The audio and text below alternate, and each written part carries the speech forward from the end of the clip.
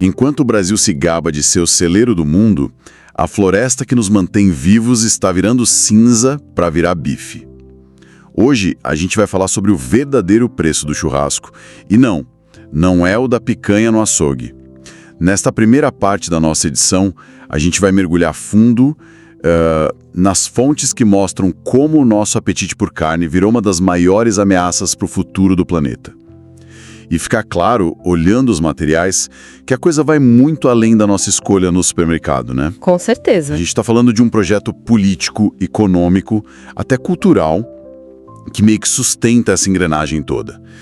O foco hoje é entender o diagnóstico desse problema, que é bem complexo. Muito complexo. Ver as raízes históricas e as estruturas que perpetuam isso, principalmente lá na Amazônia. Exato. Olha, existe um consenso científico e entre muitos analistas que é meio incômodo para uma parte da sociedade, né? Incômodo por quê? Porque mexe com hábitos culturais muito fortes, com interesses econômicos gigantescos e com uma imagem que o Brasil construiu de si mesmo, né? Entendi. Mas o consenso é que o modelo atual de produção e consumo de carne aqui no Brasil, ele é insustentável.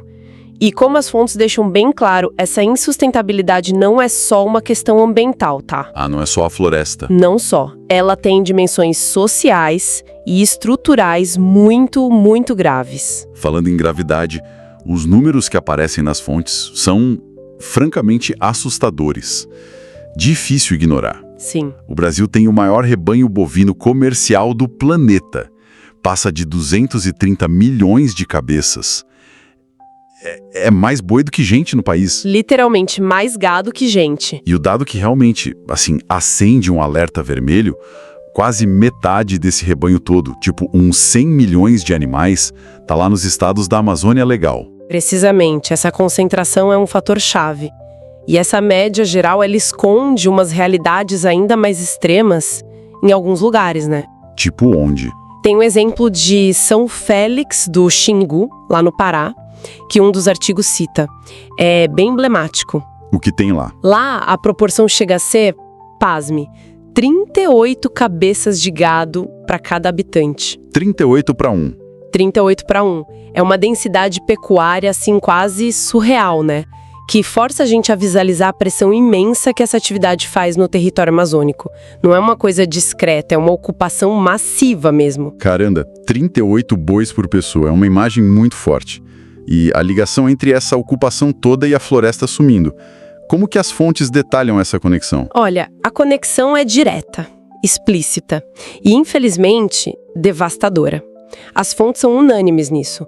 A expansão da pecuária é o principal motor do desmatamento na Amazônia. O principal. Mais que outras coisas. Sim, o principal.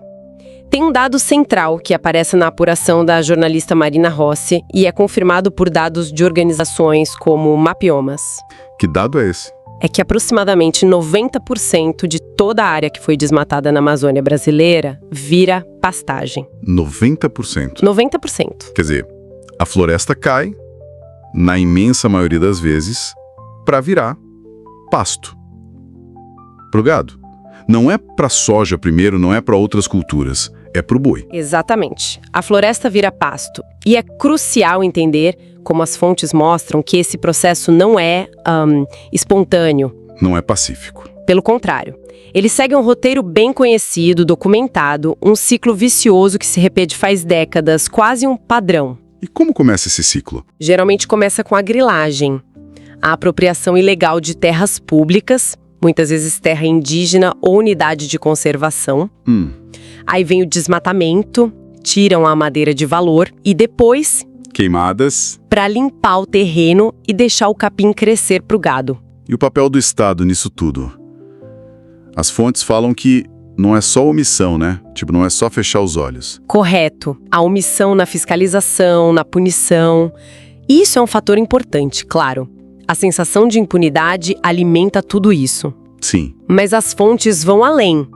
Mostram que, em muitos casos, o Estado funciona como um facilitador ou até um incentivador desse processo. Como assim incentivador? Através de linhas de crédito agrícola com subsídio, que muitas vezes acabam financiando atividade em área recém-desmatada ilegalmente, sabe? Nossa! E também por uma política de regularização fundiária que, na prática, acaba anistiando o grileiro, legitimando a ocupação ilegal e tem a infraestrutura também, né? Abrir estrada facilita o acesso à exploração de novas áreas. Essa lógica de explorar ao máximo, né? De tratar a natureza, os animais como recurso. Isso aparece em outros detalhes também, certo? A apuração da Marina Rossi que a gente tem aqui fala do transporte do gado. Sim, ela descreve o uso de uma vara com ponta elétrica, o chamado bastão de choque. Pra quê? Para manejar o gado, forçar os animais a andar rápido, a se apertarem nos caminhões que levam para os frigoríficos. Que horror. Pode parecer um detalhe pequeno, né? Perto da escala do desmatamento, mas é muito significativo. Por quê? Porque ilustra perfeitamente essa lógica de coisificação. O sofrimento animal que está embutido na cadeia produtiva inteira, muito antes do abate. Mostra como a vida do animal é vista só pela ótica da eficiência econômica, do manejo de um recurso, e não como um ser que sente. É um síntoma dessa mentalidade extrativista que está em todo o sistema. Fica muito claro, então, que essa situação toda não surgiu do nada. Não foi um desenvolvimento natural do campo brasileiro. De forma alguma. É fundamental entender a dimensão histórica e política disso, como as fontes ressaltam bem. Houve uma decisão política, sabe? Uma estratégia deliberada de empurrar a fronteira agropecuária para dentro da Amazônia. Quando isso ficou mais forte. Essa política ganhou muita força, ficou bem clara durante o regime militar, a partir dos anos 60, 70. Com que discurso? Tinha um lema de integrar para não entregar, e aquela visão da Amazônia como um espaço vazio, né, que precisava ser ocupado, desenvolvido. Então, o governo militar promoveu ativamente a colonização e a exploração econômica da região. E como fizeram isso na prática? Quais foram os instrumentos que eles usaram? Foram vários. Teve investimento pesado em infraestrutura, tipo a construção de estradas como a Transamazônica. Que rasgaram a floresta. Exato. E serviram como vetores para a ocupação e para o desmatamento. O governo também deu incentivo fiscal generoso, crédito rural subsidiado para projeto agropecuário lá. Atraindo gente de fora. Sim, atraiu empresa, fazendeiro do sul, do sudeste.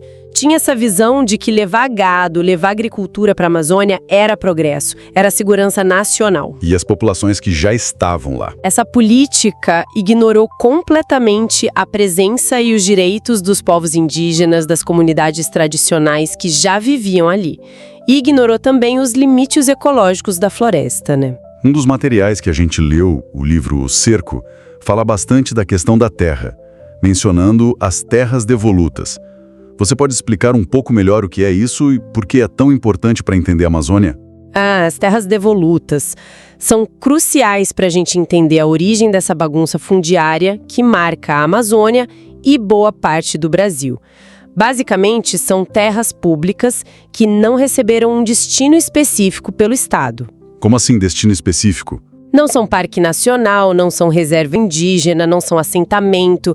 São terras que, muitas vezes, vêm lá do período colonial, eram da coroa portuguesa, passaram para o Estado brasileiro, mas ficaram ali, sem uma definição clara de uso. E essa falta de definição abriu uma brecha enorme para a apropriação ilegal, para a grilagem. E como que funciona essa tal de grilagem na prática? É só invadir? Grilagem é, essencialmente, falsificar documento para simular que você tem a posse ou a propriedade de uma terra que, na verdade, é pública ou de outra pessoa. Usam o quê? Papel velho? Desde documento antigo falso até registro em cartório com informação fraudulenta. O objetivo é esquentar a terra roubada, dar uma aparência de legalidade para depois vender, usar como garantia para empréstimo ou só explorar os recursos mesmo. Nossa, é um esquema antigo, então. Secular. E é um dos pilares da concentração de terra e da violência no campo na Amazônia. Cria uma insegurança jurídica gigante e é motor direto do desmatamento, porque muitas vezes derrubar a floresta é usado como forma de marcar a posse da terra grilada. E o que aconteceu com as pessoas comuns? Os pequenos agricultores que também foram para a Amazônia, talvez atraídos por essas mesmas promessas de colonização, buscando terra para viver. Essa é uma das partes mais trágicas desse processo, e as fontes também falam disso. Milhares de famílias, muitas do Nordeste, do Sul, migraram para a Amazônia incentivadas por promessas de terra e trabalho do governo, né? Especialmente nos anos 70, 80. Buscando uma vida melhor. Exato. Buscavam uma oportunidade de ter seu próprio lote. Só que muitas, ao chegar lá, encontraram um cenário de caos fundiário. As terras melhores, mais acessíveis, já estavam controladas por gente grande. Grandes proprietários, grileiros, empresas. Gente com muito mais poder econômico e político. Então, em vez da terra prometida, encontraram mais exclusão? Exatamente. Muitos acabaram empurrados para áreas mais longe, de solo ruim, ou nem conseguiram terra. Viraram mão de obra barata para as fazendas maiores ou foram engrossar a periferia das cidades que estavam surgindo ali. Que triste. Esse processo perpetuou um ciclo de exclusão, de desigualdade. Os pequenos poceiros, os trabalhadores rurais e, claro, as populações indígenas e tradicionais foram e continuam sendo os mais prejudicados por esse modelo de ocupação predatória. Enquanto isso, a concentração de terra e a degradação ambiental só avançam. Aquela promessa de terra sem homens para homens sem terra foi uma falácia cruel para muita gente. E é nesse contexto que um conceito que aparece em algumas fontes ajuda muito a gente a entender, o de neocolonialismo ambiental. Neocolonialismo ambiental. O que seria isso? Ajuda a dar um nome mais preciso para o que acontece.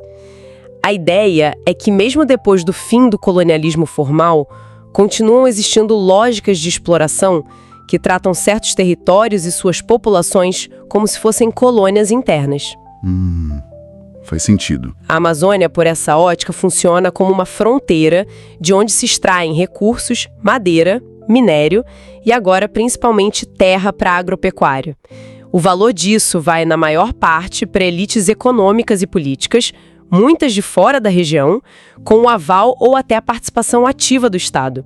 É uma repetição de padrões históricos de saque, só que agora dentro das fronteiras do país. E quem são as maiores vítimas desse neocolonialismo ambiental na prática? Se a gente conectar isso com o quadro geral que as fontes pintam, fica muito evidente que o impacto mais brutal cai sobre as populações que têm uma relação mais antiga, mais dependente da floresta. Indígenas, ribeirinhos. Sim, povos indígenas, comunidades ribeirinhas, quilombolas, extrativistas.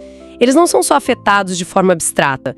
Eles são concretamente expulsos dos seus territórios pela violência ou pela pressão econômica. E os impactos diretos? Tem seus rios contaminados por agrotóxico ou pelo mercúrio do garimpo, que muitas vezes anda junto com a grilagem.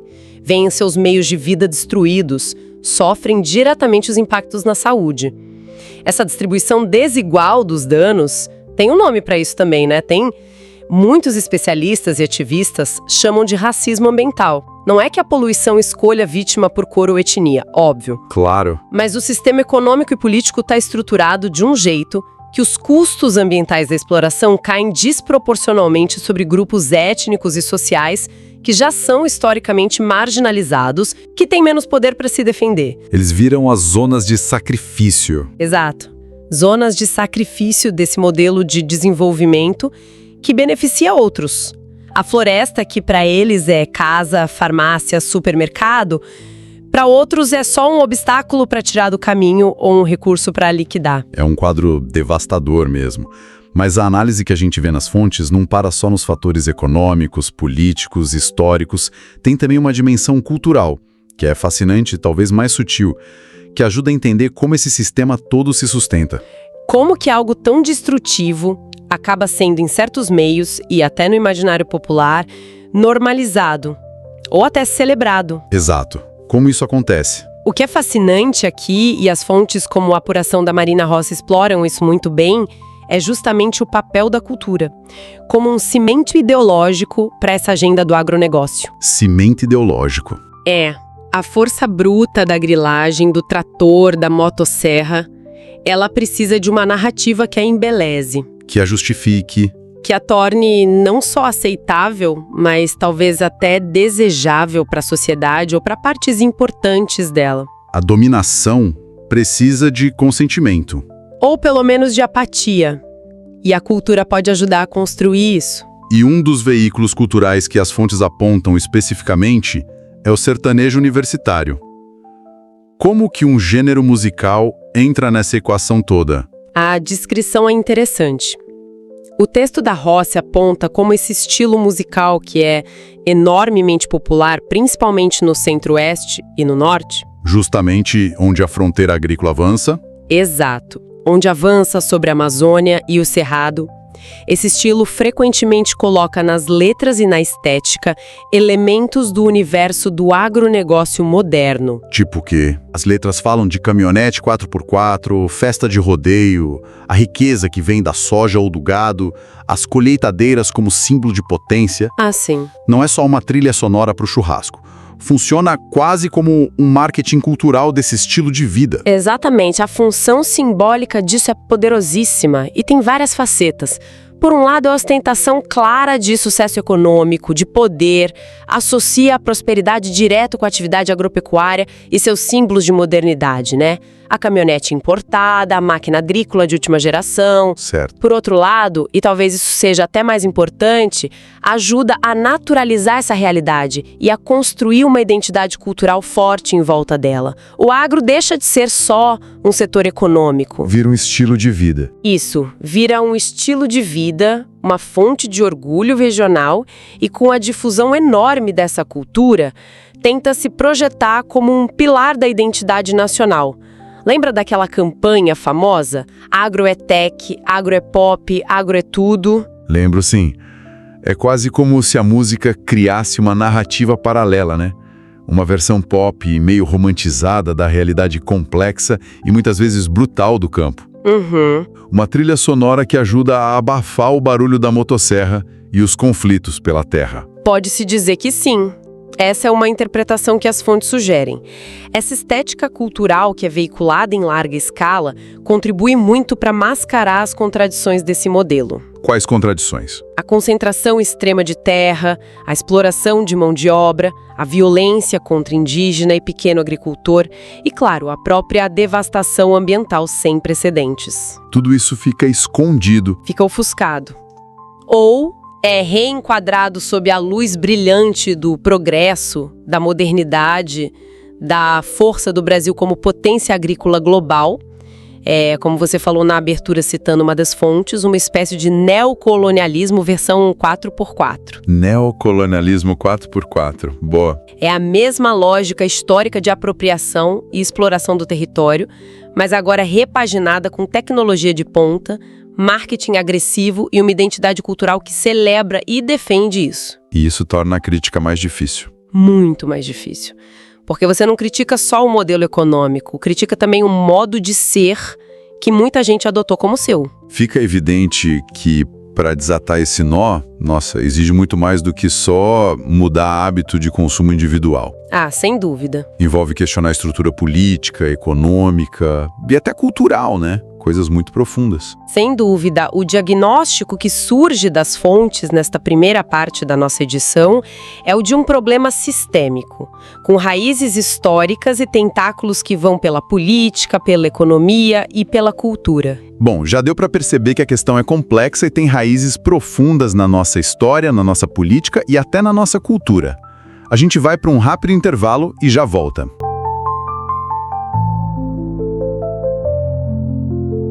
Estamos de volta e olha, nesta segunda parte da nossa edição, a gente vai mergulhar fundo nas consequências, nas alternativas e também nos dilemas éticos, né? Tudo isso que cerca o consumo de carne aqui no Brasil e o peso disso na Amazônia. A gente já passou pelo diagnóstico da situação, certo? Agora é um momento de investigar um pouco mais as responsabilidades, sabe? Tentar vislumbrar saídas e fazer aquela reflexão moral que é necessária. Exatamente. É uma virada de chave importante. A gente sai daquele cenário mais, digamos, pesado da destruição que detalhamos na primeira parte, né, com base nos materiais, para entrar numa busca por soluções e por um sentido coletivo também. É isso. Uma mudança de tom, do alerta para uma esperança de transformação, explorando o papel do Estado, das empresas e, claro, de cada um de nós. Sem dúvida. porque a responsabilidade é compartilhada no fim das contas. Então, para começar, vamos tentar dimensionar de novo esse impacto direto. O gado não é só um grande emissor de metano, que é aquele gás super potente para efeito estufa, bem mais que o CO2 no curto prazo, como a gente viu nas fontes. Pois é. E ele também é o principal motor do desmatamento no país. Isso é um ponto que o relatório do Amazon, por exemplo, deixa muito claro. Exato.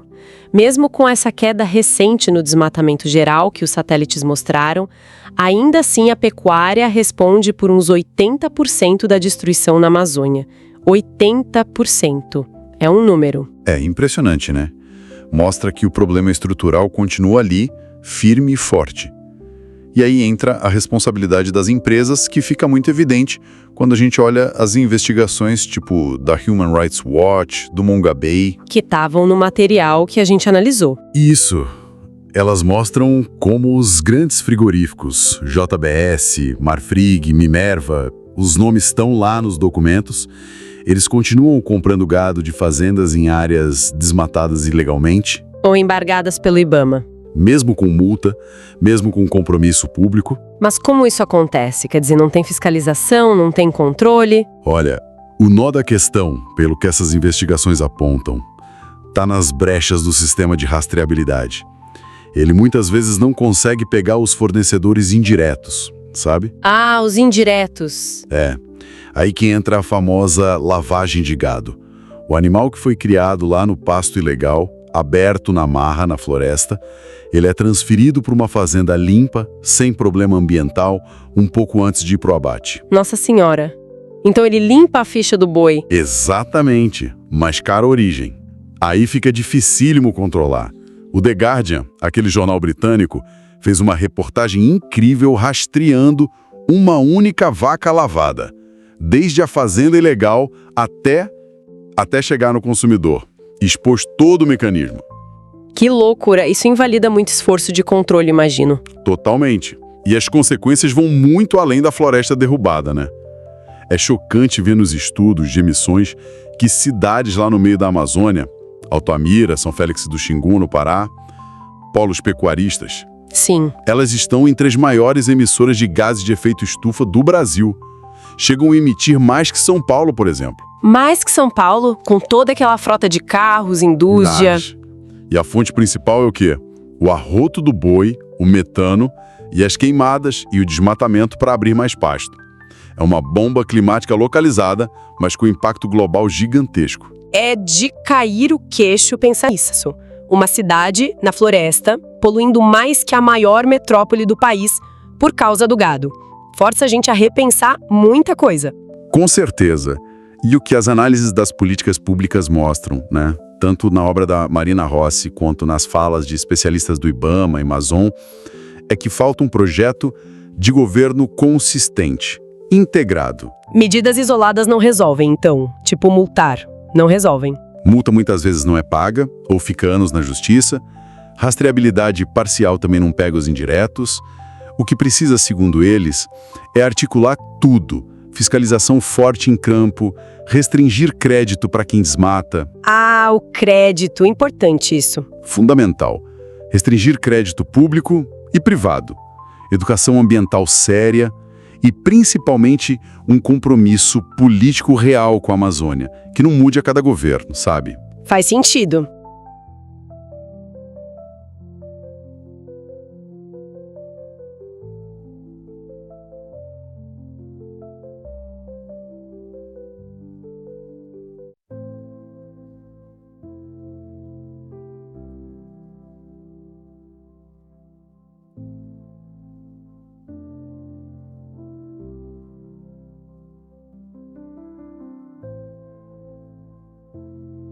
A percepção que fica das fontes é que tecnologia para rastrear o boi desde o nascimento, ela até existe. Está cada vez melhor. O que parece faltar mesmo é vontade política para implementar um sistema que funcione de verdade e fiscalizar para valer, enfrentar os interesses econômicos que lucram com essa bagunça. E essa questão do crédito que você mencionou. Os bancos continuam financiando quem tem passivo ambiental? Pois é. Relatórios específicos sobre o setor financeiro mostram que sim, bancos, programas de crédito rural, o dinheiro continua chegando direta ou indiretamente em propriedades com problemas ambientais, incluindo o desmatamento ilegal. Então é como enxugar gelo, né? Se não fechar a torneira do dinheiro. Exato. Fechar o cerco pelo lado financeiro é visto como crucial e talvez subutilizado ainda. Agora a gente entra num campo bem delicado, né? Que é o cultural. Várias fontes tocaram nisso. Comer carne no Brasil, principalmente a carne vermelha, ainda é muito visto como símbolo de status, de que a pessoa melhorou de vida. Totalmente.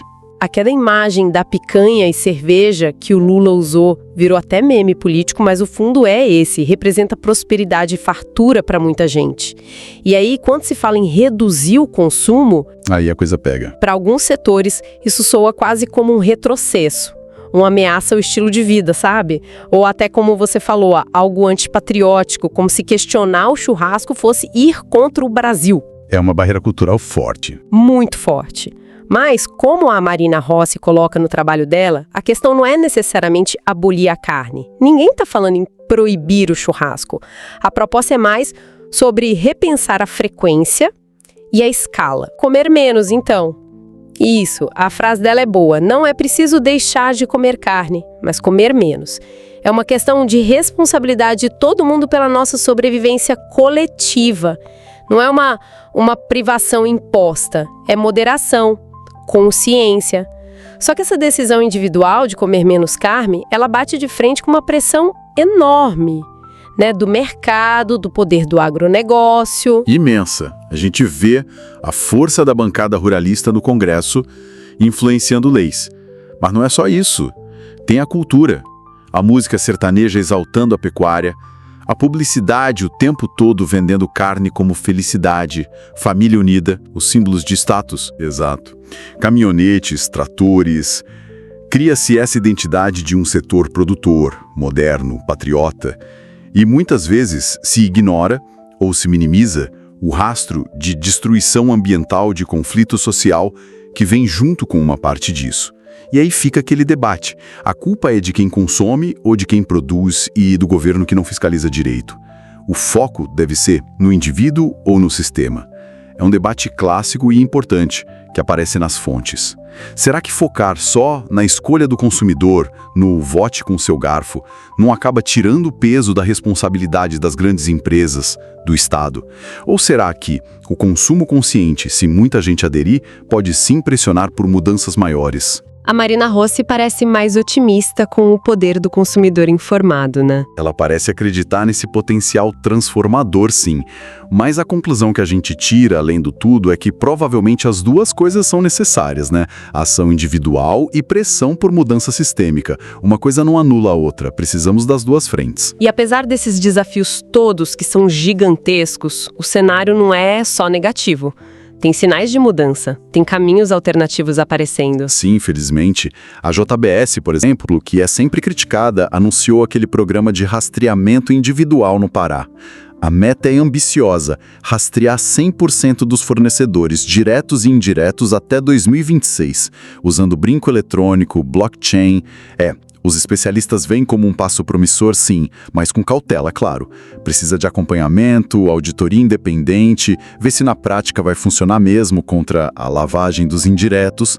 A promessa é boa, mas... O teste é na implementação, né? Exatamente. E ao mesmo tempo a gente vê o outro lado, a resistência. A AP News noticiou aqueles protestos na reserva Chico Mendes, no Acre, criadores locais protestando depois que o Ibama removeu o gado ilegal de lá. Mostra como a coisa é complexa no local. Muito complexa. Envolve conservação, mas também a economia local, a subsistência das pessoas, um histórico complicado de políticas. Não é simples, preto no branco. Nesse contexto todo, a rastreabilidade total, do nascimento ao abate, ela vira mais que uma ferramenta técnica, né? Vira um instrumento político fundamental. É trazer transparência para uma cadeia que sempre foi muito opaca. Saber onde cada boi passou, se a área era legal, isso ilumina tudo. Mas exige muito investimento, imagino. E vontade política. Exige investimento pesado, treinamento, fiscalização contínua e, como a gente já falou, uma vontade política que vai além do governo da vez. É um compromisso de longo prazo com a legalidade. E além de tentar consertar o sistema atual, existem outras formas de produzir comida, né? As fontes mencionaram algumas. Sim, e isso é importante destacar. A agroecologia, por exemplo, que busca produzir junto com a natureza, sem veneno, cuidando do solo. As compras de governos de alimentos sustentáveis. Também, para fortalecer a agricultura familiar ecológica e a economia solidária, baseada em cooperação, comércio justo, são modelos que já existem, já funcionam em várias escalas no Brasil, mostram que dá para fazer diferente. Isso leva à ideia de transição justa, né, que apareceu também. Exato. Quer dizer, a mudança para um modelo mais sustentável não pode deixar para trás quem depende hoje das atividades que precisam mudar. É um direito dessas pessoas e um dever nosso como sociedade pensar nisso. Implica em valorizar saber tradicional, pensar em reforma agrária ecológica, apoiar a agricultura familiar nessa transição. Tudo isso. Reconhecer que tem outras formas de gerar riqueza respeitando a natureza e as pessoas. É uma mudança ética profunda. E econômica também. Precisa ser inclusiva para funcionar. E tem a outra dimensão ética que foi tocada. O tratamento dos animais no abate industrial. Sim. A forma como bilhões de animais são tratados como meras peças numa linha de produção. É uma violência sistêmica que vai além do desmatamento. Toca na nossa relação com a vida transformada em mercadoria. É um ponto para refletir também. No fundo, essa carne brasileira, principalmente a da Amazônia, vira uma metáfora muito forte, né? Do nosso apetite por crescimento a qualquer custo, da desigualdade, do abismo entre o discurso e a prática. É uma metáfora poderosa. E continuar nesse caminho compromete tudo. O clima, a economia, pensa nos acordos comerciais que ficam em risco.